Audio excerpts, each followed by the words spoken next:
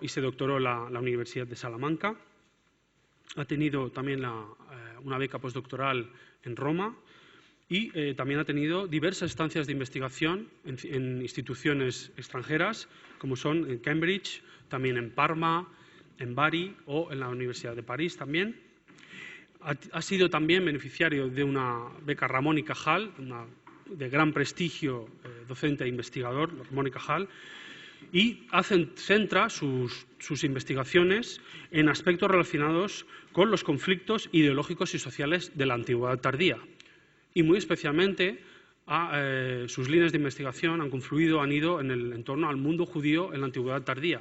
Es, por tanto, la ocasión ideal, perfecta, en esta conferencia, que después de la conferencia marco, la conferencia de presentación del Museo de la Casa, y entrando ya en el ámbito cronológico que nos afecta, una secuencia cronológica que, como decía, va desde el siglo IV al siglo XV, pues razón de más para su presencia y que su intervención, como decía, es perfecta para iniciar el recorrido histórico y empezar con la antigüedad tardía, los siglos de la antigüedad tardía. Muchas gracias. Aquí. Buenos días. Muchas gracias por estas palabras, Sergio. Quisiera agradecer también, no solamente, felicitar a Sergio Vidal por la iniciativa de este tipo de seminarios, pero especialmente querría agradecer la invitación a este segundo seminario en la persona de su director, el director del Museo Arqueológico Nacional, Andrés Carretero, y, por supuesto, gracias también a la invitación que en su día me hizo el doctor Sergio Vidal. Podrán intuir que... Vamos a ver si... Podrán intuir que un tema como este, que no deja de ser muy amplio, pues va a resultar difícil el plantearlo más que de una manera somera, ¿no? en escasamente una hora que tengo. Pero procuraré que mi exposición sea, gracias a la ayuda del PowerPoint, lo más clara posible, que quede al menos en ustedes una imagen aproximada y clara sobre la presencia de los judíos en la Hispania antigua, tardorromana y visigoda. Y comenzaré, como muy bien tienen aquí, por una pequeña introducción y una crítica historiográfica. Es verdad que el judaísmo en el mundo antiguo y visigodo no ha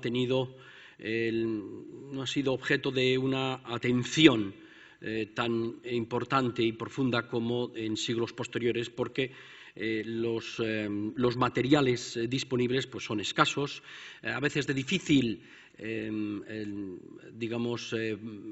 datación. Tampoco se sabe en algunos de ellos exactamente su procedencia, y esto ha dificultado enormemente, ¿no?, la labor de investigación. Sin embargo, hay indicios, pueden imaginarse que si yo estoy aquí y voy a hablar sobre esto, pues hay indicios suficientes como para poder estudiar la presencia judía en Hispania. Pero no me resisto a introducir una nota historiográfica crítica de un profesor al que yo admiro mucho, ya desaparecido, David Romano, que en un congreso de estudios medievales del año 93, creo, 93 o 94, dijo lo siguiente: es obligado, cito textualmente, es obligado señalar la extraordinaria escasez documental que resumidamente podría caracterizarse así: nula para las épocas romana, visigoda y andalusí, y muy escasa para cualquiera de los estados hispánicos de los siglos VIII al IX. Hacía referencia a los 4 cánones del Concilio de Elvira que, mencionan expresamente, y así lo reconocía este investigador, a los judíos. Su veredicto, no obstante, es el siguiente: En el siglo IV, la presencia de judíos en Hispania estaría atestiguada por el texto de 4 cánones vistos y revistos, leídos y releídos repetidamente, pero que no permiten afirmaciones categóricas ni inequívocas. A ello, ciertos autores unen la mención de lápidas adelantando las fechas de materiales que ni están fechados ni se refieren explícitamente a una localidad concreta. Por otra parte, debe destacarse que la información presente en la legislación eclesiástica o imperial de influencia eclesiástica nada prueba respecto a los judíos de Hispania. Y concluye diciendo, lo más destacado que puede decirse se reduce a lo siguiente. La seguridad de la existencia de judíos, que probablemente formaban una minoría en el fondo poco importante y poco significativa, que posiblemente estaba presente en diversos puntos de la península, pero de la que ni siquiera sabemos si contaba con alguna estructura organizada, aunque fuera rudimentaria. Desde luego, con este análisis a un investigador se le quita las ganas, ¿no?, de introducirse en este mundo. Se queda sin materiales, se queda sin objeto de estudio, ¿no? Sin embargo, digamos que mi cometido principal aquí es demostrar ante ustedes que sí hay materiales suficientes, perfectamente fechados, perfectamente identificados, para estudiar a los judíos desde los siglos aproximadamente III, II, si me apuran, hasta finales de la época visigoda y principios, vamos a decir, del siglo VIII.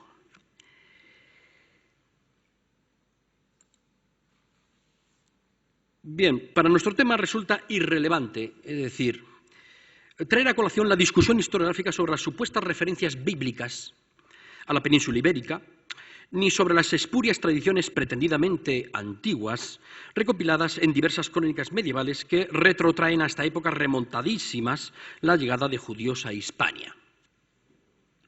Digamos que esta desmitificación ya la realizó hace algunos años el profesor Juan Gil de forma muy convincente. Según las fuentes históricas y arqueológicas de que disponemos, se desconoce el momento exacto de tal llegada o el modo y las circunstancias en que se produjo la instalación de comunidades judías en la península ibérica.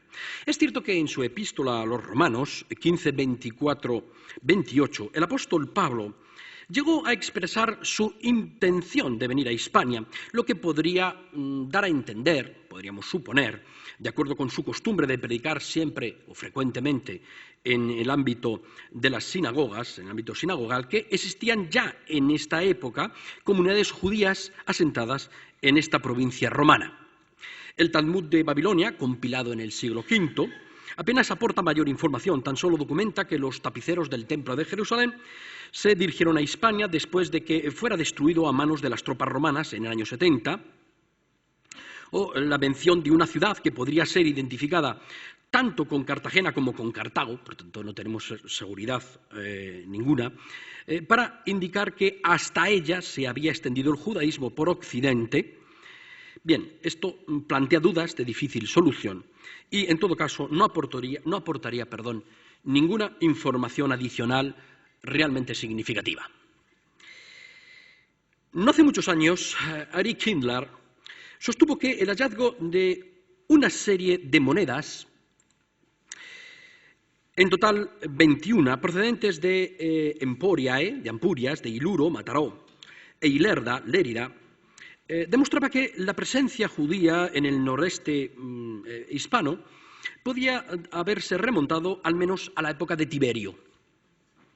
5 de esas monedas corresponden a Alejandro Janneo, 2 a Herodes I, del 37 al 4 antes de la era común, 2 a Herodes Arquelao, del 4 antes de la era común al 6 después de la era común, y 13 a los procuradores romanos de Judea, Annio Rufo y Valerio Grato, localizadas entre el 15 y el 26 después de la era común, o después de Cristo. Aunque la acuñación de las monedas se sitúa en un amplio periodo que abarca desde el año 78, antes de la era común, hasta el 16-17, antes de la era común, o después de Cristo, Kindler considera que la mayor proporción de monedas cercanas a esta última fecha, es decir, 16-17, que serviría como terminus postquem, indicaría el momento más probable de su última circulación. Es cierto que este testimonio numismático no tiene por qué presuponer inmediatamente la presencia judía, o la presencia de judíos en el noreste hispano, a comienzos del imperio, pues las monedas podían haber llegado a la zona como resultado de una actividad comercial, podríamos decir, con Judea, o haber sido traídas por soldados que hubiesen servido en unidades militares asentadas en aquella región del imperio.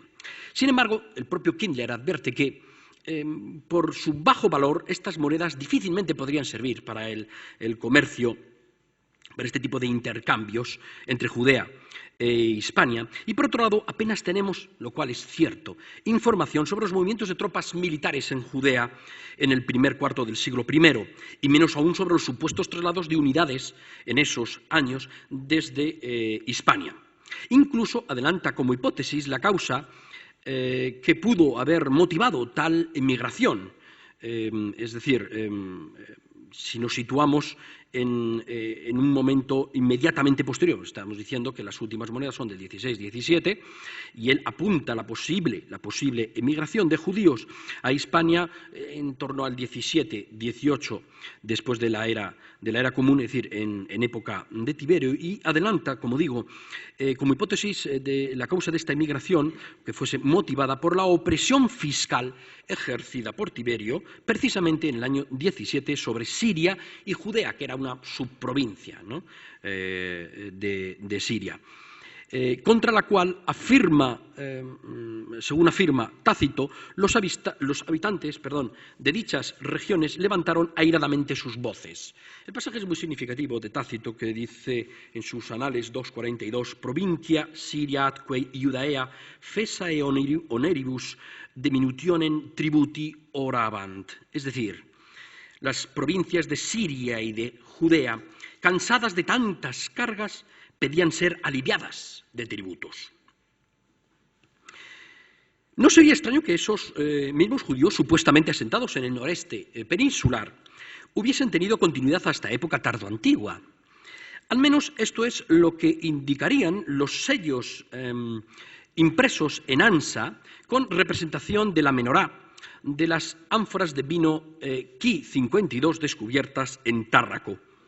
Se han documentado 3 de ellas procedentes del asentamiento judío de Boba Marina, en Calabria, y otras 3 de Roma, de la ciudad de Roma, capital. Tal y como en su día sugirió Paul Arthur, y después han admitido diversos especialistas, habría que tener presente que la producción y distribución de vino por parte de los judíos iban normalmente dirigidas al consumo de otros judíos. El hecho de que aparezcan ánforas marcadas con este tipo de signos indicaría la existencia de grupos judíos en la península. En este mismo sentido, tendríamos un caso parecido en el hallazgo de una ánfora con letras hebreas.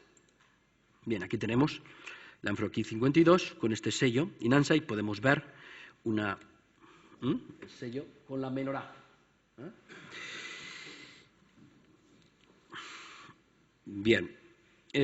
Disponemos, como digo, de una ánfora con letras hebreas descubierta en Ibiza y otra, y cuya datación, correspondería en general al siglo I.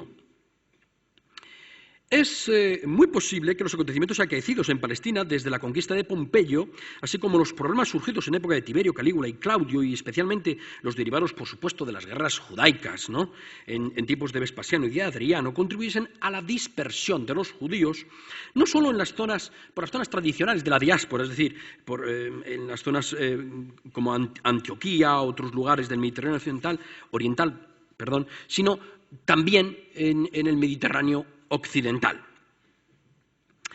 Pero vayamos a el primer testimonio más o menos seguro, digo más o menos porque también tiene ha generado su controversia, y me refiero a esta lápida funeraria del samaritano Justinus de Mérida, que se data en el siglo II de la era común. Bien, se trata, como aparece ahí, bueno, digamos que esta es la transcripción del CIL, el volumen segundo del CIL, 515, o sea que se conoce desde muy antiguo ya este epígrafe y ha sido profusamente estudiado.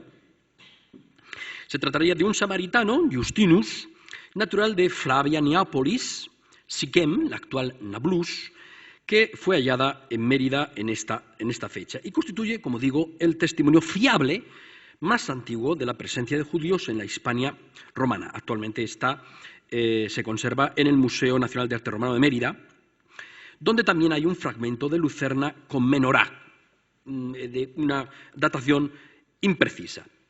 Bien, en esta misma ciudad de Mérida, la verdad que es para el tema de los judíos, es una ciudad que ha proporcionado bastantes materiales para su estudio y recientemente, bueno, aunque era conocida de oídas, yo nunca la había visto hasta hace 3, 4 años, se trata de una inscripción que es esta, la inscripción de Anianus Peregrinus, que se conserva en el Museo Nacional de Arte Romano y que hay que decir que el hecho de que esté esta pieza allí recuperada, porque estaba en manos privadas, se debe a los desvelos y a las gestiones que hizo en su momento el director de este museo, el doctor José María Álvarez Martínez, que al final logró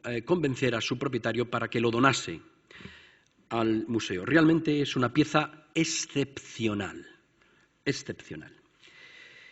¿Qué nos dice? Bien, recientemente ha sido publicada un estudio magnífico por el profesor García Iglesias en la revista ANAS, la propia revista del Museo Nacional de Arte Romano, con cierto retraso, porque aunque aparece en el volumen de 2010, se publicó con, ya digo, mucho retraso en el 2013 o 2014.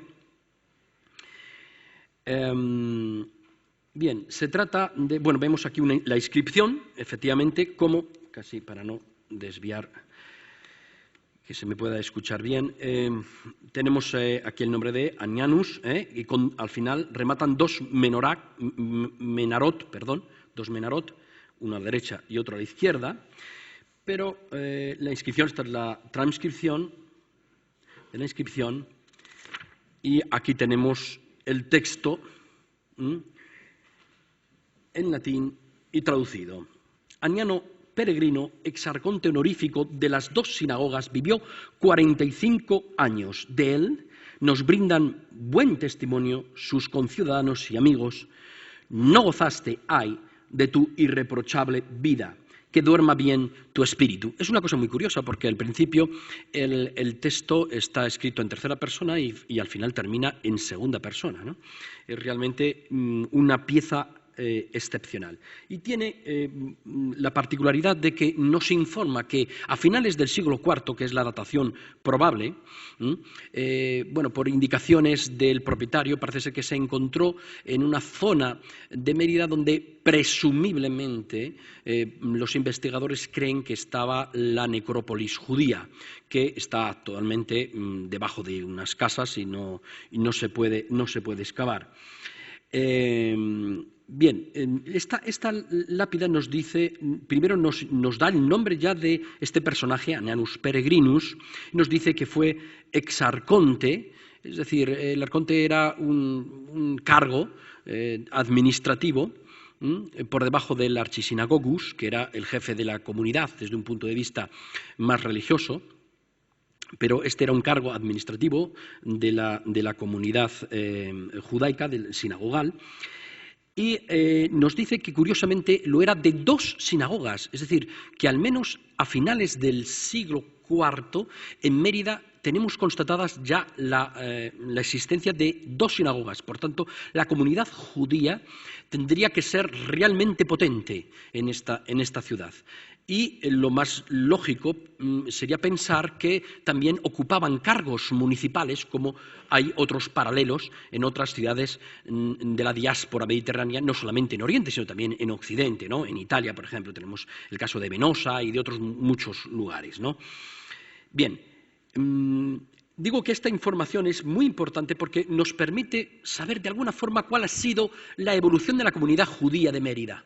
Sabemos que todavía era potente, importante a finales del siglo IV, esta lápida, esta inscripción nos lo demostraría, y sabemos, sin embargo, que ya a finales del siglo VI, gracias a una fuente escrita, a las vidas de los santos mártires de Mérida, donde hay una referencia clara a un senodoquium, es decir, a un hospital, un hospicio cristiano, que fue, digamos, construido por el obispo local, y en un momento determinado en el pasaje de esta fuente se nos dice que en ese senodoquium no había ningún tipo de discriminación a la hora de atender a los enfermos, y que atendían tanto a paganos, cristianos, atención, y también, digo, a paganos, cristianos y a judíos. Esa referencia es importante, y si la ponemos en relación con esto, podemos ya establecer una secuencia. Es decir, si a finales del siglo IV, sabiendo como sabemos que la institución sinagogal fundamentalmente se ocupaba del mantenimiento de la propia comunidad, de la protección, tenía sus servicios, por supuesto, religiosos, pero también tenía amparaba de alguna forma a los propios miembros de la comunidad. Es decir, a finales del siglo VI, la sinagoga, la comunidad sinagogal no tenía ya suficiente fuerza como para atender a los enfermos judíos, que sí se había hecho hasta ese momento. Y si esto lo unimos a otro dato, un siglo después, en época ya de finales del siglo VII, por una referencia de uno de los concilios de la época de Égica, se nos dice expresamente que la referencia era algo así como, digo de memoria, ¿no?, que el rey insta a los obispos cristianos a que mantengan en buen estado las iglesias rurales que se encontraban en un estado ruinoso, para evitar que los judíos se rían, se mofen de nosotros, diciendo y afirmando que esas iglesias están en un estado tan deplorable como están sus sinagogas destruidas. Por tanto, llegamos al final del ciclo, a finales del siglo VII, prácticamente podríamos afirmar que en Hispania, en la España visigoda, no existían ya sinagogas. Bien, avancemos no obstante, aunque yo creo que esta pieza merecía una atención especial. Bien, sí, he de decir que es importante que tengamos en cuenta la figura de las menarot, las dos menorot, los dos candelabros de 7 brazos. ¿Por qué? En esto el profesor García Iglesias no ha hallado paralelos. Yo afortunadamente sí, es verdad que es muy poco y me ha costado muchísimo encontrarlos. Porque lo que se extrañaba el profesor García Iglesias era que uno de los brazos de la menorá, bueno, en este caso de las dos menarot, es una forma de palma en las dos, tiene la figura de palma. Y es verdad que no es un unicum, como a veces se ha pretendido suponer, porque contamos con, en principio, tenemos los fragmentos de vidrio dorado, donde los brazos de la menorá, todos los brazos tienen forma de palma, lo vemos aquí perfectamente.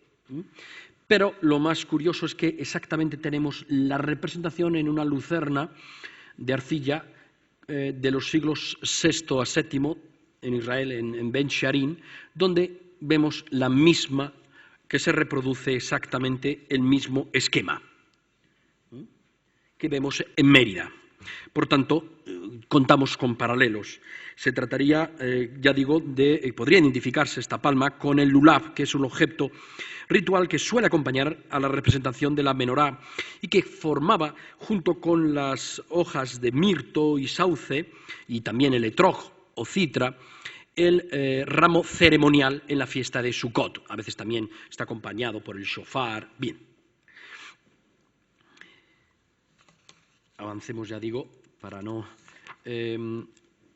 voy a pasar muy por encima, porque estas piezas sí han sido muy estudiadas, pero quiero darlas a conocer a ustedes para que vean. Además, su información es relativamente exigua.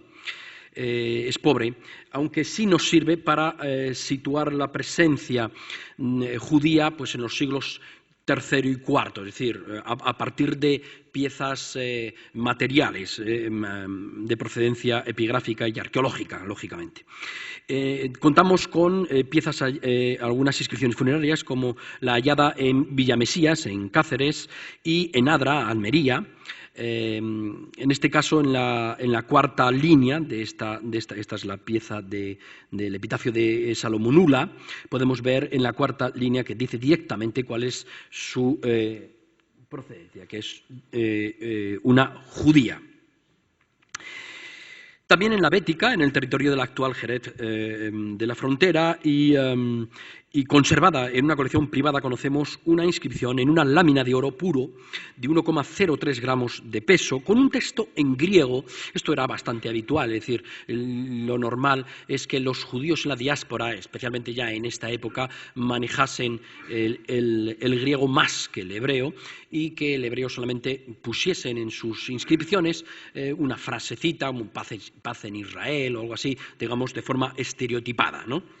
Pero su lengua en el Mediterráneo, en época romana, en la diáspora mediterránea, era normalmente el griego, y en Occidente también el latín. Bien, de los siglos IV o V es la inscripción funeraria en plomo de Santa María del Camí, en Mallorca, dedicada en arameo, con onomástica hebrea, a Samuel, hijo de Jadai. Y del siglo V es el fragmento de Lucerna, decorado con una menorá procedente de Toledo, así como la llamada pileta trilingüe de Tarragona. Bueno, aquí tenemos el fragmento de Lucerna, decorado con menorá. Esta procede de Toledo, es del siglo V. Podemos ahí ya ver el arranque de los dos, el remate, mejor dicho, de los 7 brazos. Bien, esta es la pileta trilingüe con menorá, en la que se documenta un lasies en la versión latina o raflatoust en la versión griega. El dedicante de esta última, originario de Cícico, en la Propóntide, era nieto de Raflatous y archisinagogo de los judíos de Tárraco, es decir, el jefe de la comunidad local. Hace apenas 3 años, el equipo arqueológico alemán, dirigido por Dennis Graham, de la Universidad Friedrich Schiller de Jena, ha sacado a la luz una lápida de mármol de 40 por 60 centímetros, supuestamente judía, durante las excavaciones realizadas en una suntuosa villa romana, descubierta en 2005 por Jorge Correia en el término municipal de Silves, Algarve, que es el Algarve portugués. Bien, en ella podía leerse el nombre de Jehiel, aquí la tenemos, aunque el texto de las palabras, de muy difícil desciframiento debido al mal estado de conservación de la pieza, se encuentra actualmente en estudio.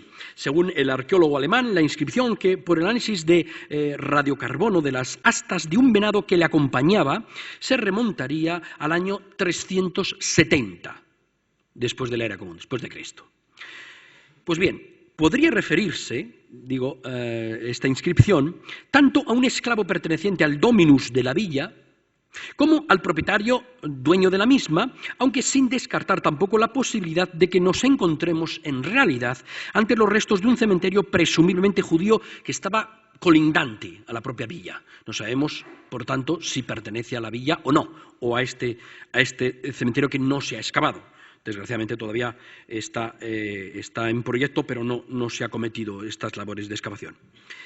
Ahora bien, dado que nos hallamos ante la fase inicial de la investigación, quizás sea demasiado prematuro aventurar el carácter inequívocamente judío de la pieza epigráfica. Habrá, por tanto, que esperar a que dicha investigación avance y aporte resultados más seguros. De difícil interpretación es el ladrillo con simbología judía, una menorá enmarcada por 2 columnillas y un haz de rayos en la parte superior. Bien, bueno, esta es alguna lápida, antes lo mencioné, del rabino Lassis-Olatous. Vale. Este es el ladrillo que comento en estos momentos, que ya digo que es de difícil interpretación. Podemos ver una menorá enmarcada por 2 columnillas y un haz de rayos en la parte superior, que sigue la tipología, curiosamente, de una amplia serie de ladrillos que, en vez de la menorá, presenta el crismón. Por tanto, una tipología cristiana. Aquí vemos el paralelo de Acinipo con el crismón, el alfa, la omega, las 2 columnas igual que aquí en este caso. De nuevo tenemos la palma, aquí, y el trípode y encima la menorá con el haz con esos rayos. Se ha fechado a finales del siglo VI y, aunque escrita incorrectamente con caracteres latinos, contiene el nombre de Nixam, mes de la Pascua judía, o más correctamente Mixam.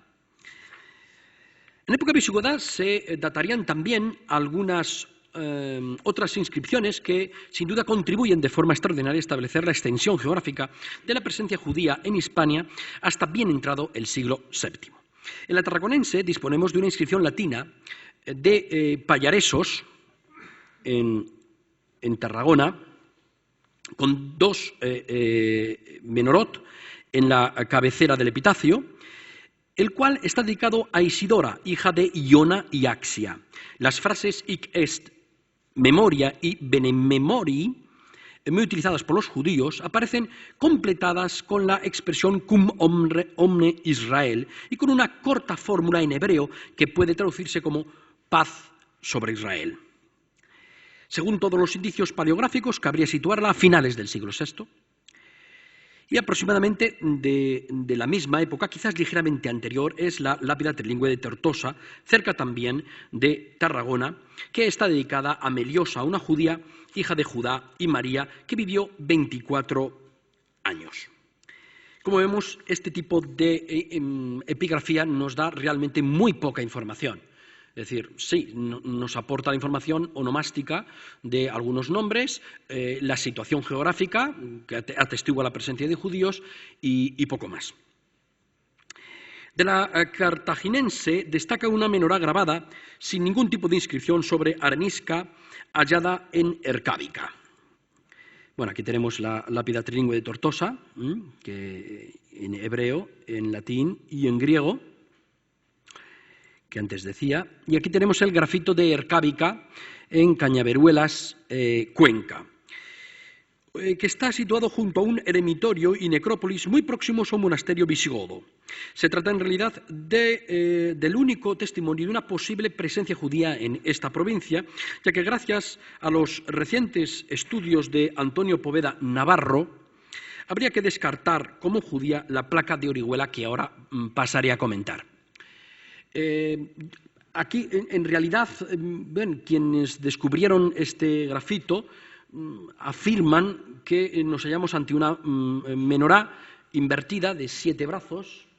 Llama la atención que estos sean rectilíneos, desde luego. No, se supone que no están hechos por mano judía, sino cristiana. Y además está en una posición invertida y encima podemos ver la cruz, la señal de cruz, que cabría significar que es la victoria del cristianismo sobre el judaísmo. Hay algunos paralelos. Ahora me viene a la mente una lucerna, una lámpara del cementerio de Gamart en Cartago del siglo III, donde puede verse ahí la imagen de, efectivamente, una menorá invertida y encima la figura de Cristo con la cruz y pisoteando una serpiente, con el mismo significado. Pero yo creo que eso sería presuponer demasiado. Yo, sinceramente, mi opinión personal es que aquí no hay referencia al judaísmo, pero no puedo ir más allá. Bien, decía que Poveda Navarro había descartado, creo que con buenos argumentos, había demostrado que el arranque de lo que hasta ahora se suponía que era la representación de una menorá en la placa de Orihuela, en realidad correspondería a un crismón. En este sentido, no habría que olvidar que junto a los 7 brazos, la figura de la menorá, antes hemos visto ejemplos, y pondré alguno más, presenta casi siempre una base en forma de trípode. Esta es la representación, la propuesta que hace Poveda Navarro. Y aquí tenemos, bueno, pues diferentes representaciones. En todas ellas, como pueden ver, tenemos aquí la menorá con trípode, trípode, trípode. Forma parte del símbolo trípode, trípode. Es decir, en todas estas representaciones podemos ver. Ustedes me preguntarán, ¿hay algún ejemplo de menorá que no tenga trípode? Mi respuesta es decir, debo ser sincero, sí, hay ejemplos, pero son escasísimos. Y siempre en contextos, digamos, no tenemos tiempo para entrar en esto, en contextos que explican por qué no está el trípode. Pero bien, aquí en cualquier caso, efectivamente podemos ver que esa parte no existe. Y además está sobradamente documentada en los sarcófagos cristianos la representación de pavos reales, como aquí en este caso, que flanquean a crismones en círculos o en coronas de victoria alusivos a Cristo triunfante. Así pues, nos hallaremos ante una placa cristiano-bizantina, posiblemente de carácter funerario, que podría fecharse a finales del siglo VI o a principios del siguiente. Por tanto, hasta ahora, si no se aportan argumentos de peso que contradigan esta interpretación, yo me quedo con esta interpretación. En Lusitania volvemos a contar para esta época con cierto número de inscripciones inequívocamente judías, 2 de ellas fechadas tradicionalmente entre los siglos VI y VII, proceden de Espiche, cerca de Lagos, en el Algarve portugués. En ellas se mencionan, entre otros, los nombres de Rab Mosuna, Abba María y Rab Yishab HaKokenen. En la antigua Mértola, también en Portugal, apareció igualmente un fragmento de una inscripción asociada a una menorá que podría remontarse incluso al siglo V, y de Emérita Augusta procede una lápida incompleta correspondiente al siglo VII y otra en la que se nombra por vez primera, creo que tenía... no, bien, pensaba que había traído ese fragmento. Bien, y otra que sería esta, en la que se nombra por primera vez a un miembro de la comunidad judía asentada desde antiguo en esta ciudad, Jacob Filius de Rebi Seniori, lápida erigida por Simeón Filius de Rebi Jacob, que se puede fechar a finales de ese mismo siglo o a principios del siglo VIII, inmediatamente después de la invasión árabe. Imagino que algunos de ustedes se habrán percatado de que esta misma inscripción, mi colega, el doctor Vidal, la ha fechado en el siglo X. Yo tengo mis serias dudas de que esto sea muy posterior al siglo VIII, por buenos argumentos, en primer lugar.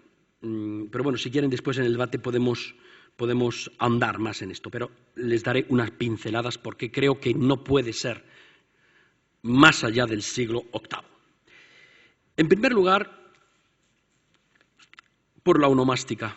En segundo lugar, por la configuración misma del texto epigráfico en latín.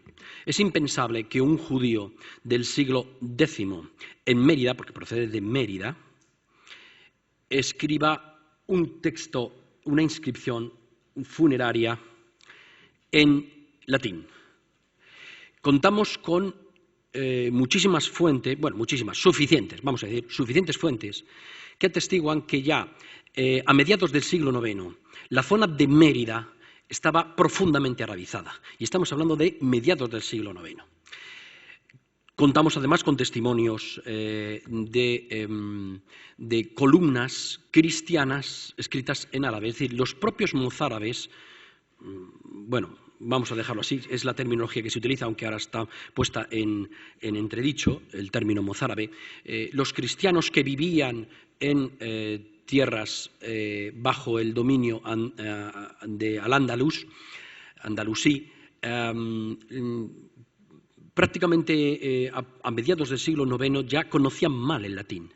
Los propios cristianos conocían mal el latín. Y si hacemos caso de la noticia de Jiménez de Rada, que nos cuenta que en Mérida, precisamente, hablando de esta época, los cristianos de la ciudad difícilmente podían ya leer las inscripciones en latín, se comprende por qué sus inscripciones, atención, estamos hablando de inscripciones cristianas, están ya en árabe.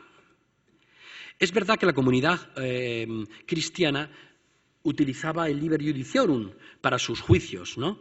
Que son el cuerpo de leyes visigodas que están escritas en latín. Pero curiosamente, a partir ya de esta época, digo, de mediados del siglo IX, entienden mal el latín los propios cristianos y tienen que glosar. Hay varios manuscritos, uno muy cerquita de aquí, de la Biblioteca Nacional nuestra, donde se ve un ejemplar de esta época con glosas al margen de traducciones al árabe. Los propios cristianos ya no entienden latín.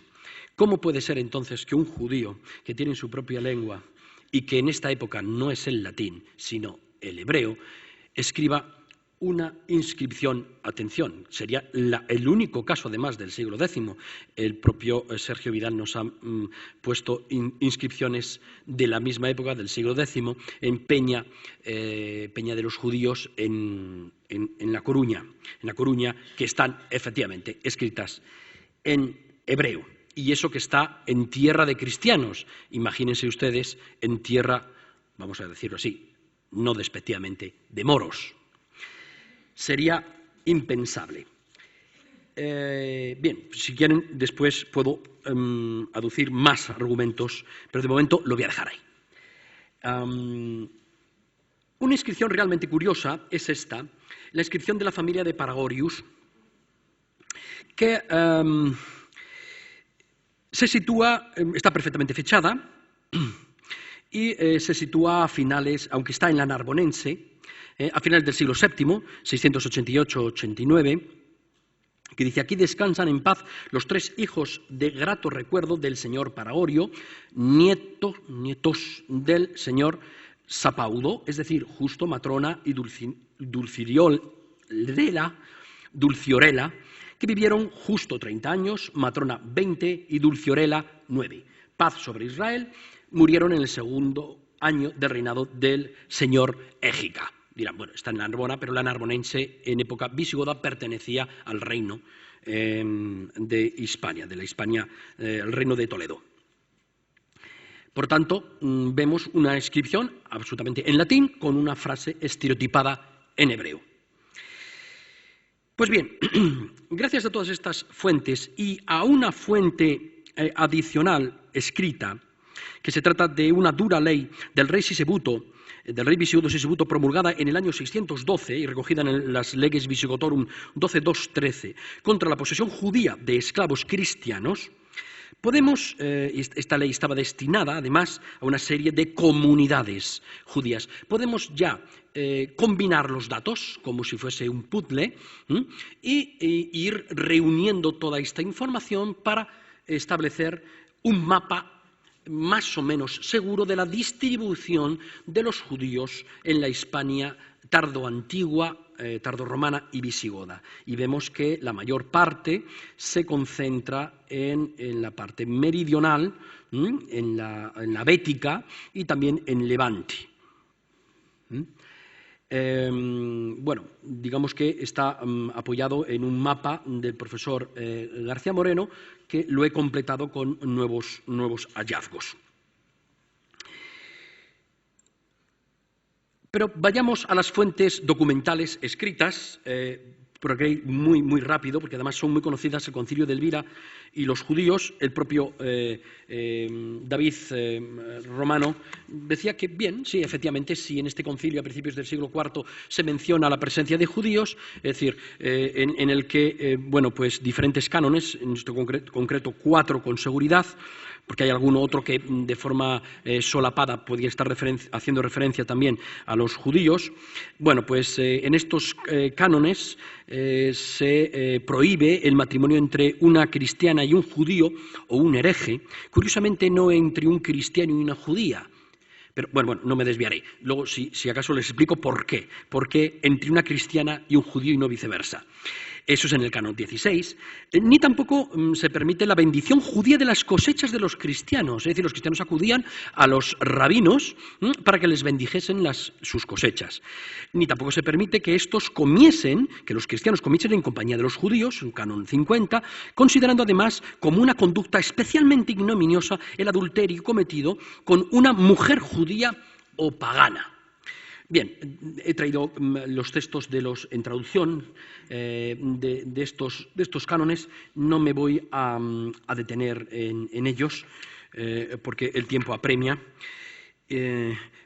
Haré referencia a los judíos en la patrística hispana, es decir, son fuentes que podríamos decir que son fuentes indirectas de la presencia de los judíos, una presencia cercana a las comunidades cristianas. Y en la mayor parte de estos padres de la Iglesia hispanos, lo que hacen es en sus obras, de alguna forma, denunciar no a los judíos, es decir, sí, es verdad que muchas de estas obras pertenecen al género adversus judaeos, ¿no? Es decir, contra los judíos, es cierto, pero de forma indirecta lo que están haciendo es predicar entre las comunidades a los cristianos para que estos eviten la presencia, la convivencia con los judíos, porque los judíos ejercían una influencia, según ellos, perniciosa sobre los cristianos. Es decir, por estas influencias judaizantes, muchos cristianos comenzaban a respetar el Sabbat, a hacer la circuncisión y y a asumir como verdaderas las historias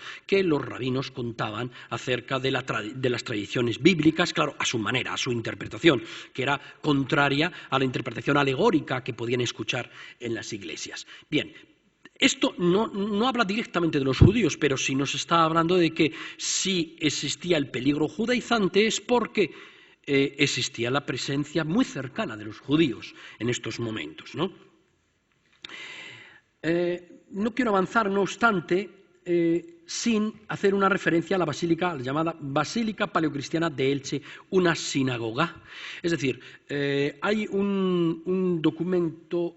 A ver, este es sobre este edificio de la Alcudia de Elche, como lugar de culto, yo creo que es cristiano, no es judío. Hay un sinfín de literatura científica, de historiografía. Aquí pongo algunas referencias últimas, ¿no? Bibliográficas, donde, pues parece ser ya que hay un cierto consenso, digo un cierto, porque siempre hay voces discordantes, como no puede ser de otra forma cuando estamos tratando cuestiones científicas, hay un cierto consenso a la hora de considerar que se trata de un edificio de culto cristiano, es decir, una basílica, una iglesia y no una sinagoga. Hay una serie de, podríamos decir, de argumentos, de argumentación. Esta es la planta basilical, eso sí se ha fechado a mediados del siglo IV, una fotografía del edificio con el ábside, que es posterior, un dibujo del mosaico del edificio del culto basilical de Elche según Hauschild y Slunk, donde aquí quizás no se aprecie, tendría que haber traído un detalle, podemos ver una reconstrucción, porque esto no aparece así en el pavimento del mosaico, una reconstrucción en el dibujo de lo que se supone que son dos menarot, y serían estas de aquí, dos menarot. Bien, es una reconstrucción de estos autores, porque ahí no aparece. La interpretación de Poveda Navarro es que se trata realmente de círculos como este que podemos ver aquí, que son muy habituales en la decoración esquemática judía. Pero fundamentalmente,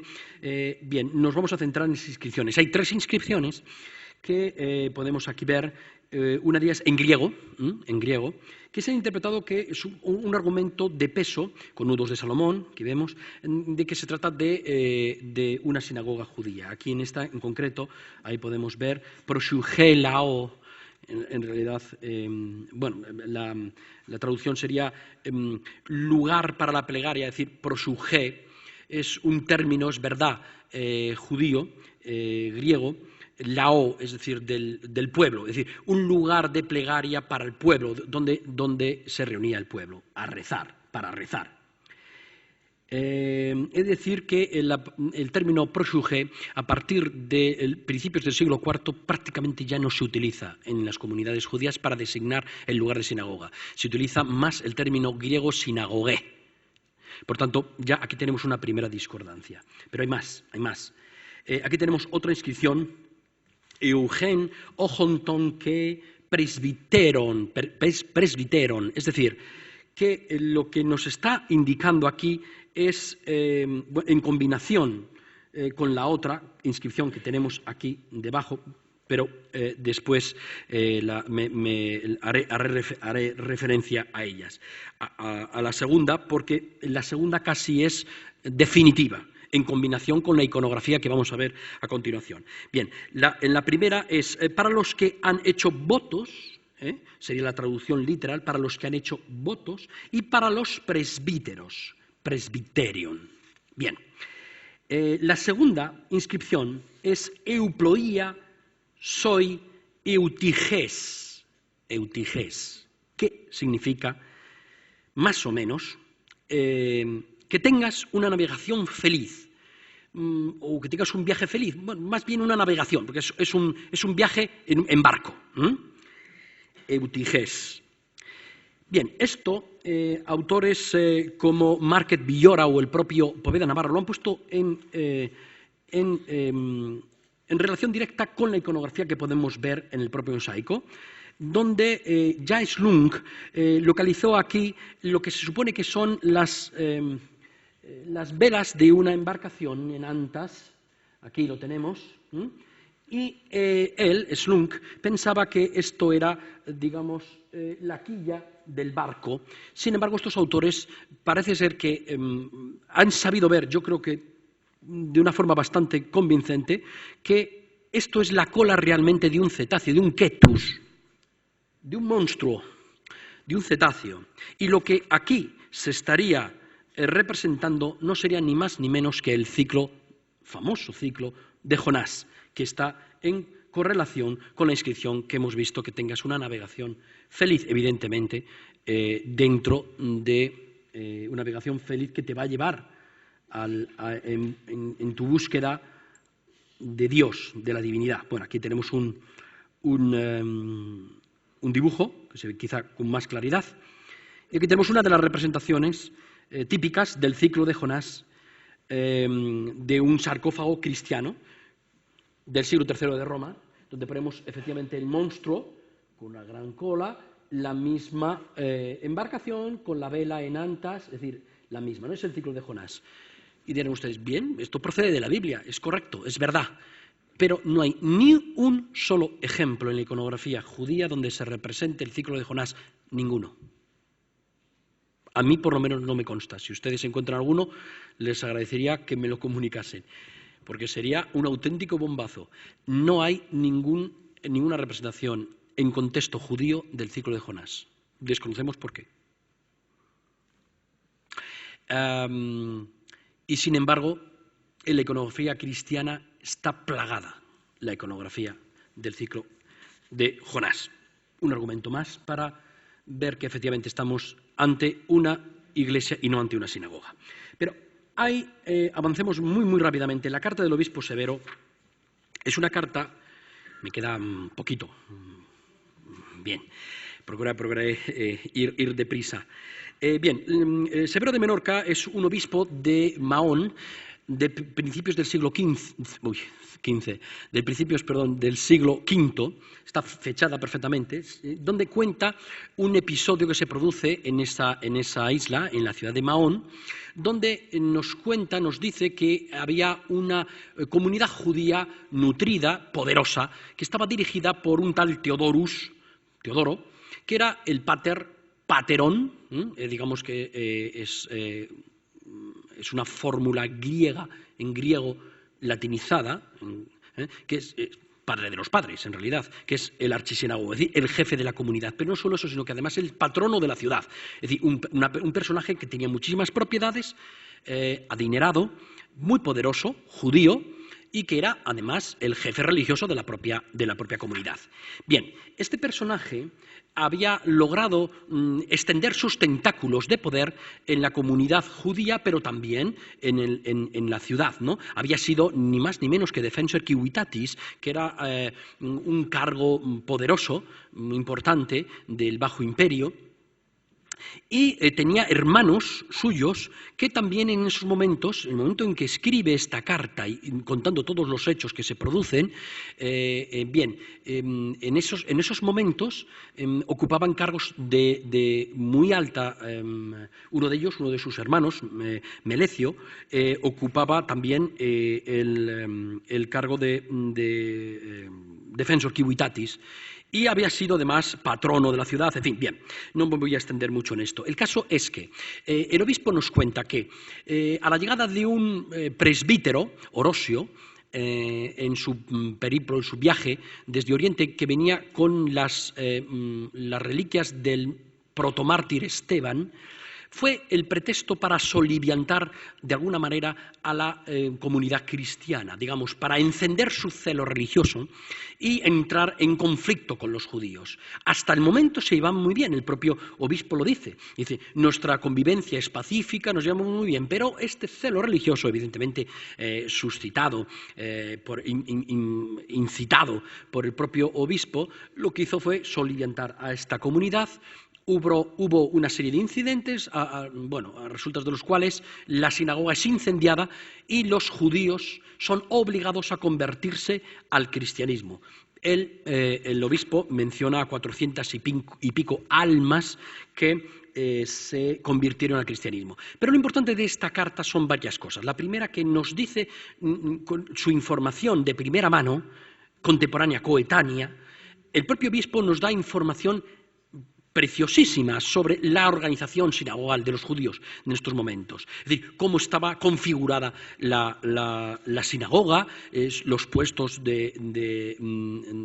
no solamente administrativos, sino también religiosos, cuáles eran sus costumbres, que entonaban cánticos, que rezaban los sábados, que sobre todo esos cánticos eran de los salmos, etc. Nos da muchísima información, ya digo, preciosísima. Y además nos habla de las mujeres judías, que es increíble cómo esta información nos puede dar, porque al final muchos de estos prohombres judíos, por conveniencia o por mantener sus propiedades, lo que hacen es consentir convertirse al cristianismo, evidentemente con la condición de mantener su posición preeminente en la sociedad. Pero curiosamente las que fueron más, o pusieron mayor resistencia a la conversión forzosa fueron sus mujeres. Es decir, la mujer de Melecio, la mujer de Teodoro. Él mismo menciona sus nombres. Una se llamaba Inocentia, otra, había Artemisa, que era hija del comes Lectorio y esposa de Melecio, otra que era una viuda. En fin, él las menciona como feminae nobilissimae Iudaeorum, es decir, las mujeres noblísimas, ¿no?, de los judíos, fueron las que más resistencia opusieron. Y incluso una de ellas se fue de la isla, quiso conservar su fe y se autodesterró de alguna forma para evitar ser convertida a la fuerza. Los judíos en las fuentes, bien, aquí tengo algunos pasajes de la carta de Severo. Hay una traducción publicada en la editorial Trota por Isabel Velázquez. No, esta traducción no. Esta es de los Santos Padres de Mérida, me equivoco, perdón.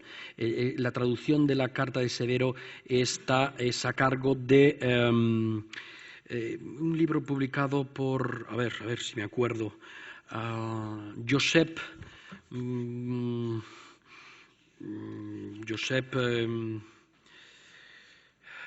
Amengual y Batlle, me ha venido. Josep Amengual y Batlle en un libro publicado por la Universidad de Granada. Perdón por el lapsus.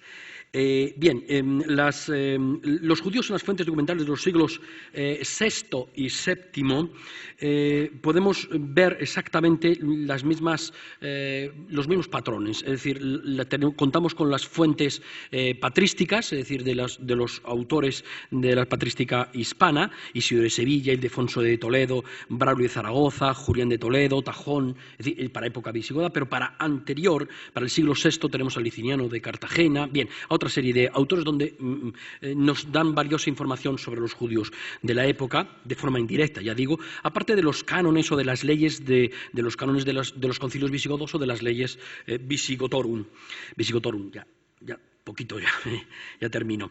Bien, hay dos textos que quisiera, por último, llamar la atención sobre ellos. Uno de ellos es bien, la Confessio vel professio Iudaeorum Civitatis Toledanae son profesiones de fe a las que se obligaba a firmar a los judíos. Conservamos esta en concreto del archivo de la Catedral de León, del Códice Samuélico, pero tenemos otras dos más, otros dos pláquita. El plaquitum es un documento, es una profesión, en realidad un documento de carácter jurídico por donde se comprometen los judíos a observar las normas del cristianismo, porque ellos ya desde época de Sisebuto habían sido obligados a convertirse al cristianismo.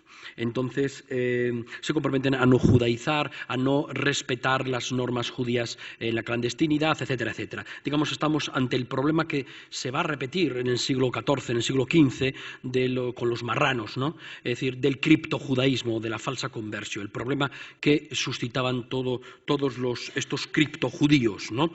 Pero hay un texto, bueno, aquí de uno de los... Este texto del concilio desaparecido del concilio III de Sevilla, del que solamente se ha conservado este canon décimo, que estaba inserto entre el concilio VIII y IX de la recensión juliana de la hispana, donde nos confirma efectivamente que porque David Romano decía que, bueno, sí, existían estas normas jurídicas, pero a saber si esto se correspondía a la verdad, o sea, a la realidad, si se podían o no verificar que se aplicaban o se obligaban a que se aplicase. Esto es un documento magnífico que demuestra que sí se aplicaban, porque los propios obispos reunidos en este concilio dicen: sabemos que ciertos judíos llevados recientemente a la fe de Cristo prestaban con el engaño de su infidelidad a otros hijos, o sea, a otros niños, en lugar de sus hijos, ante la sacrosanta fuente del bautismo, de forma que, bajo la apariencia de los suyos, aquellos se impregnaban otra vez con un bautismo repetido y así los mantienen paganos en una oculta y abominable simulación. En verdad, todos ellos, desde el principio, perjuros por su perfidia y en ningún momento fieles. Contra sus fraudulentas y astutas artes conviene que tengamos un cuidado escrupuloso. Si, en efecto, aquellos antiguos padres... Bien, está hablando, lo que está diciendo es que hay que vigilar a qué niños llevan a la pila bautismal. Es decir, que le está diciendo a los obispos: ojo, que los judíos son muy astutos, que os están engañando. Están pagando, están sobornando a los padres de niños cristianos para que reciban, pequeñitos, recién nacidos, un segundo bautismo.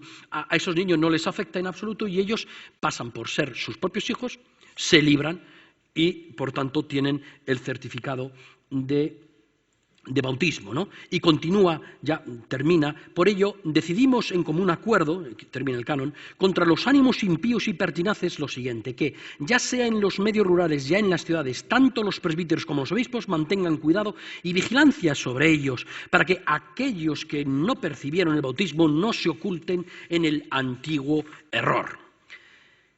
Bien, Hay una fuente hagiográfica, de nuevo la tenemos aquí, en la Biblioteca Nacional, recogida en el Pasional del siglo XI, pero que se fecha a finales del siglo VII. Es una fuente hagiográfica que es la Passio Sancti Martyris Manti, es decir, la pasión de Mancio. ¿Qué es lo que cuenta? Muy rápidamente, y ya con esto prometo terminar. Muy rápidamente. Cuenta que una familia judía, también que era adinerada, es decir, que tenía muchísimas posesiones en Hispania, aunque vivía en Roma, en un momento determinado decide trasladarse a Hispania, a vivir en sus propiedades, que tenían propiedades de tierra, es decir, latifundios, en Lusitania. En concreto menciona el nombre de la finca, como se llama, la finca Miliana. Bien, y da una serie de datos. Pues bien, en un momento determinado, esta familia somete a tormento a su esclavo, al Servus Mantius, y para obligarle a convertirse al cristianismo y poderle circuncidar. Este se opone ferozmente y recita pues, el símbolo niceno, el credo, etcétera, reafirmando su fe católica. Al final no soporta estos tormentos y muere. Y le malentierran al lado de una vía, de una calzada, y le dejan ahí. Y ignorantes los miembros de la comunidad cristiana vecina, en un momento determinado, por una serie de acontecimientos, pues ya saben ustedes cómo es la vida de santos, ¿no? Es decir, hagiográfica, este género hagiográfico pues, se caracteriza por milagros, visiones, etcétera. Al final se descubren estos restos y el fundo pasa a manos cristianas, probablemente por confiscación, porque hay una serie de leyes a mediados del siglo VII que impiden la posesión de tierras, de propiedades a los judíos y, gracias a la intervención de un noble llamado Juliano, se construye en el mismo lugar donde se supone que fue martirizado Mancio una iglesia y un presbiterio, etcétera, y un baptisterio. Pero en toda esta narración nos da también valiosos datos históricos que podemos utilizar para, digamos, encuadrar la situación jurídica y social en la que se encontraban los judíos en estos momentos tan críticos del reino visigodo. Nada más y muchísimas gracias por su atención.